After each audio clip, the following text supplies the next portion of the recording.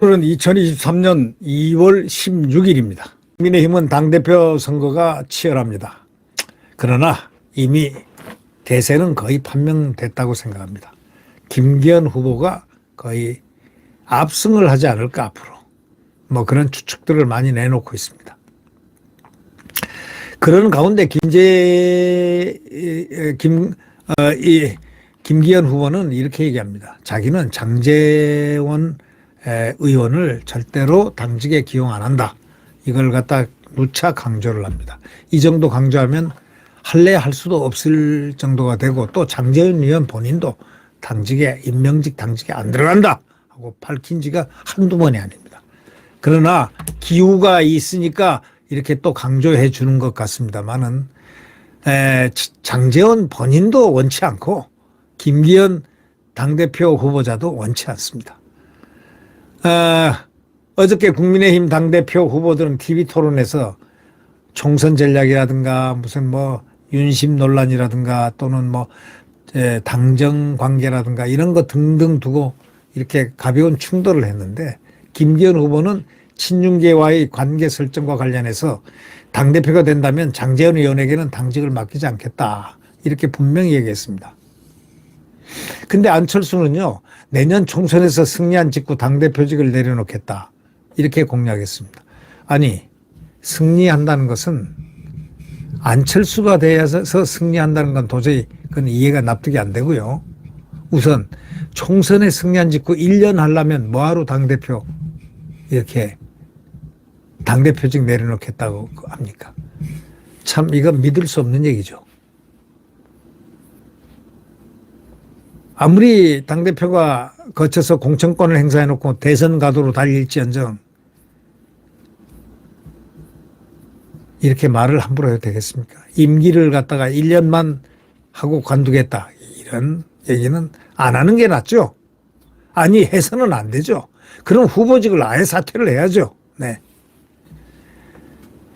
이날 이 TV조선이 주최한 국민의힘 첫 TV토론에서 김기현 후보는 안정적인 당정관계를 강조했습니다. 그는 정통보수의 뿌리를 지켜온 제가 당대표로 선출되면 당이 안정된다. 김기현 후보는 이렇게 얘기했습니다. 맞습니다. 정통보수의 뿌리를 지켜온 사람이 당대표로 선출돼야만 할 것입니다. 김 의원은 장제원 의원 말씀하시는 것 같은데 제가 대표가 된다면은 당직을 절대 맡기지 않을 테니까 그런 염려 놓으시라. 뭐 이제 예를 들면 당대표 선출되면 수동적인 당대표가 될 것이란 취지의 공세를 막 하고 있습니다. 특히 그 안철수가 많이 했죠. 그런데 절대 놓으라 이거예요. 안철수 후보는 총선 경쟁력을 부각했습니다. 안 후보는 총선에서 승리를 이끌고 곧바로 당대표직을 내려놓겠다. 뭐 안정의석을 확보한 뒤에 다른 분이 맡아도 좋다. 뭐 거듭 이런 말을 하는데 상당히 소극적인 사고입니다. 그리고 안정의석을 확보한 뒤에는 뭐 승리를 꼭 한다는 게 무슨 자기가 대선 후보로 많이 나와서 그런데 대선 후보로 나와서 한번 된 적도 없고 다 떨어졌지 않습니까? 그런데 뭐 이런 건 국민들이 그렇게 대단하게 생각하지 않습니다. 그리고 안철수 자체를 민주당 대표도 하고 뭐 등등 과거의 좌파 경력 이걸 갖다가 철저하게 선언을 지금 내가 과거에 이러이러한 좌파로서 생활하는데 이게 아니다 해서 이렇게 정통 우파로 다시 들어왔다. 이거 선언을 해야 되는데 그걸 선언을 주고도 하지 않는 겁니다. 그러면 다시 또 가겠다는 얘기 아닙니까? 다시 수 틀리면 내가 또 좌파로 갈 수도 있다 이런 얘기 아니겠습니까?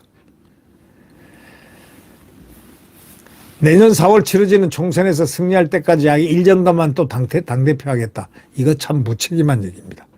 그러니까 이건 한 개를 보고 10개를 보지 못하는 상당히 어리석은 의견을 낸 겁니다. 보수정당 정체성과 관련한 질문에는 제가 좌파 세력과 결별을 했다. 국민의힘에 들어온 것은 최고의 결단이다. 그러는데 결단했으면은 세력과 결별했다면 그걸 국민 앞에 선서를 해야죠. 선언을 해야 됩니다. 정식으로 좌파와 그하고 왜 그랬다. 그리고 앞으로는 이렇게 하겠다. 이런 선언이 없고서는 신뢰할 수가 없죠.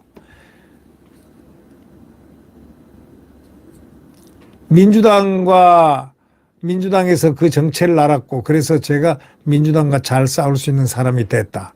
글쎄요. 잘 싸우는 사람이라고 누가 믿어줄까요? 국민이 믿을까요? 네.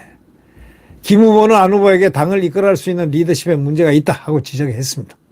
이제부터는 또 황교안 후보는 김 후보 땅을 지나가도록 하는 KTX 노선이 휘어졌다는 의혹을 제기했지만 지금이라도 사퇴하라고 요구했습니다. 그러나 울산이란 지역은 상당히 큰 광역 지역입니다. 그렇기 때문에 그것이 휘어져 갈 수도 있고 그런 것이지 그걸 꼭 이것이 꼭 문제가 된다 이렇게 느끼는 국민들이 몇이나 될까요? 네. 하여튼 중요한 것은 김기현 후보는 장제원 등 친윤이라는 분들 다시는 임명직에는 기용하지 않겠다고 분명히 선언을 했다는 점입니다. 그 점이 중요하다. 또 당사자인 장제원 의원도 먼저 선제적으로 자기는 당에 임명직 아무리 시켜도 안 들어간다 하고 분명히 선을 그었습니다. 또 그분 그렇게 치사하게 당직에 연연할 사람이 아니지 않습니까? 그분은 하려면 이것도 저것도 다 할 수 있는 사람이지만 안 하고 있는 사람입니다.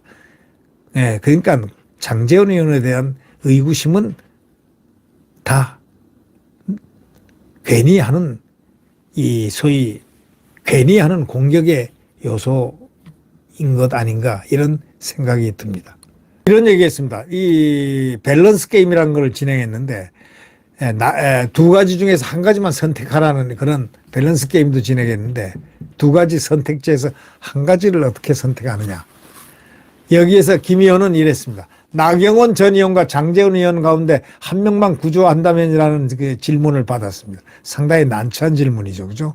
그러나 그는 분명하게 얘기했습니다. 둘 다 소중한 인재지만 나는 나 전 의원과 정이 더 깊다. 이렇게 말했습니다. 오래 같이 의회 생활을 했기 때문에 그렇겠죠. 안 후보는 포기해야 한다면 전 재산 대 대통령이라는 질문에 대해서 전 재산을 고른 뒤에 재산의 절반 이상인 1,500억 원을 기부했다.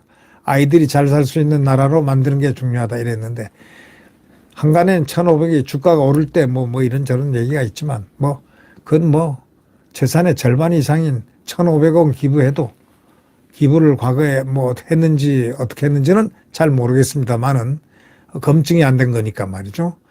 여하튼 전 재산을 고른 뒤에 전 재산 그러니까 안 후보는 포기해야 한다면 전 재산 대 대통령이라 했으니까 전 재산은 포기 안 하겠다는 얘기입니다. 네.